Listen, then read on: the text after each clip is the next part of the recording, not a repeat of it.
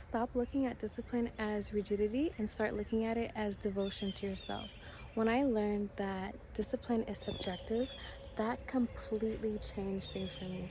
I used to view discipline as having to wake up at 3 a.m. and going to the gym and working super hard and eating a plate of like 6 eggs and only eating, protein and meat and stuff like that and working to the bone. I used to think of discipline is something that was so rigid, and being someone who is embodied in their feminine energy, having that level of rigidity turned me off. I would think that I can't be disciplined because being disciplined means that I have to sacrifice my softness. It means that I have to sacrifice my flow. But that is not the case. Having self-discipline is doing what you're supposed to be doing and not doing what you're not supposed to be doing. This is completely based upon you and the way that you think. If you're not meeting the standard of someone else's idea of discipline, this does not mean that you lack discipline. What feels like discipline for their mind and their body might not feel like discipline for your mind or your body.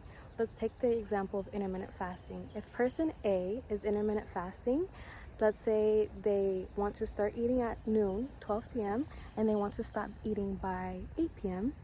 If they were to eat at 11 a.m. or 8 a.m., their self-discipline would reduce. Their mind would perceive them eating at 11 a.m. or 8 a.m. or whatever time before 12 as, okay, we are not disciplined. We cannot stick to our word. We cannot say something and follow through with it. Therefore, we are lacking self-discipline. But if person B does not do intermittent fasting and they eat at 8 a.m. or 7 a.m., their body would not be saying that to them because intermittent fasting is not a rule to their mind. Self-discipline is basically following the rules that you have set for yourself. If person B is doing intermittent fasting, the time at which they eat doesn't matter to their mind because that is not a rule that they have set. Another example would be the gym. Let's say that person A has told themselves that they're going to go to the gym 3 times a week. And for whatever reason, they go once a week or twice a week. They're going to feel depleted of self-discipline because they are not following through on their word. They are not sticking to their word. And person B, on the other hand, is more of a person that goes on walks, daily walks. So if whether or not they go to the gym that week, will not have an effect on their body, their mind's idea of their discipline. They will not feel a lack of discipline because that is not what they're necessarily supposed to be doing. If you were to commit to not eating sugar for 30 days and then have a cookie on day 5, you are depleting your self-discipline because you told yourself that you're not going to be eating sugar, and the act of you eating sugar is telling your body we don't have discipline and we cannot trust ourselves to keep our word. So of course, discipline is going to look different for everyone because what you should or shouldn't be doing is going to be different from what the person next to you should or shouldn't be doing. Also, it creates a pattern in your subconscious. The more you say you're going to do something and follow through, the more used to it your mind gets. So when you now set a goal or when you're trying to manifest something, materializing that thing, whatever it is, becomes a lot easier because your mind is used to you saying you're going to do something and doing it, or saying you're going to have something and having it. And as a woman, it is important to have self-discipline. I used to think that discipline was so masculine and it would be damaging to my feminine energy. However, we need our masculine energy.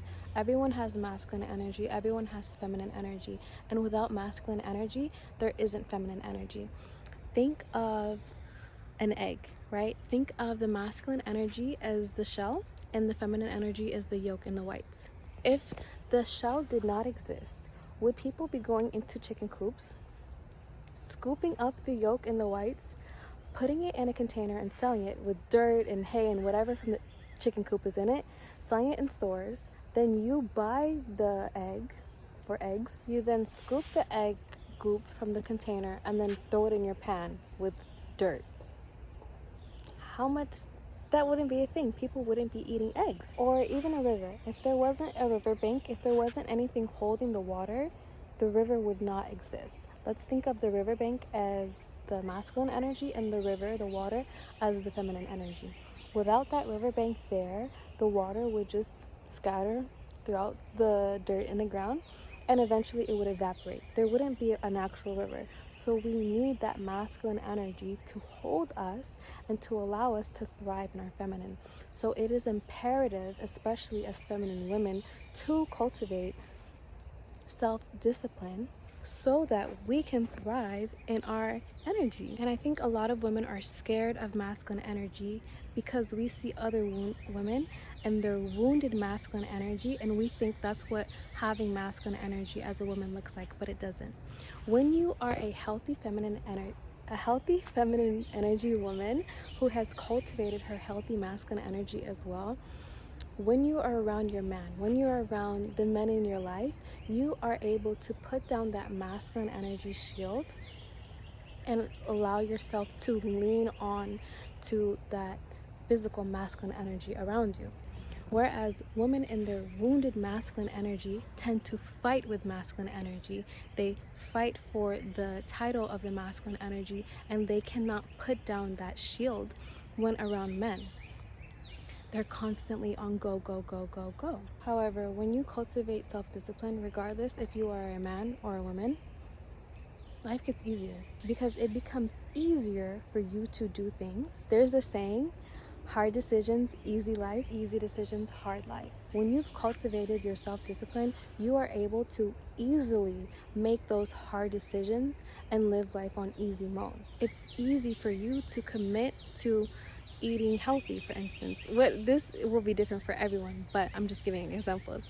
It will be easy for you to commit to eating healthy, and therefore you have a long, easy life with limited to no health problems. Versus if you were to take the easy option and give in to sugar cravings, give in to junk food, yes, that is the easy option, but you might live a hard life by having diseases, having diabetes, heart issues, high blood pressure, things of that sort. Hard decision, easy life, easy decision, hard life. When your body becomes used to having discipline, life begins to be so much easier, and you also begin to respect yourself more. If you had someone in your life that was always telling you, hey, I'm gonna do this for you, and then they never do it, and that is a pattern that they display, are you going to respect them? Are you going to want them around you? No, it is the same for yourself. When you are constantly telling yourself, okay, we're going to go to the gym this morning. Okay, we're going to even rest today. Okay, we're going to go see this friend and we're going to work on our business today. And you don't do these things, you will start to lose trust in yourself and lose respect. What is going on in your inner world is always projected externally. So if you have discipline within, you can discipline your reality. AKA, it is easy for you to manifest. It is easy for you to discipline your environment.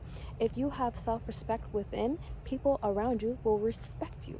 If you love yourself from within, people around you will reflect that to you. They will love you as well. So if you cannot keep your word to yourself, if you cannot discipline yourself, how in the world do you expect to change your reality? How do you expect to change your external circumstances if you can't even change your inner world? How do you expect the people around you to respect you if you can't even respect yourself?